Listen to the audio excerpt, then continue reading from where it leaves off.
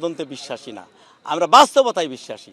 আমরা আমরা এখন বর্তমান দেখতে চাই যে গতকালকে বিভিন্ন ফুটেজ আছে, ভিডিও আছে, আছে না?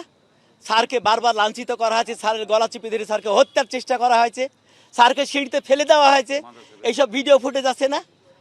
তিনবার স্যারকে শারীরিকভাবে লাঞ্ছিত করা হয়েছে।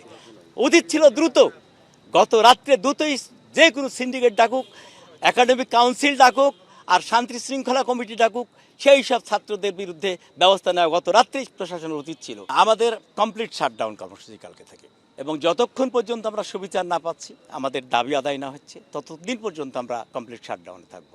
রাকসু নিয়ে আমাদের কোনো বিরোধ নাই।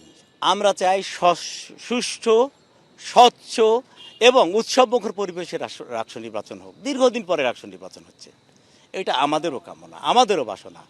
তো প্রশাসন সেই ব্যবস্থা করে দিবেন, সেই পরিবেশ তৈরি করার দায়িত্ব তো প্রশাসনের।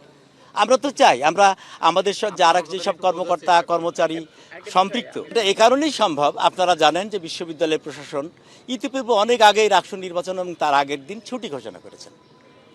ছুটির দিনে কোনো কর্মসূচি থাকে না, আমরা দিই না, আমরা দিই কর্মদিবসে।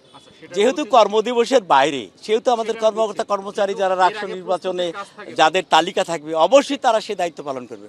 এখানে আমাদের কোনো বাধা নাই।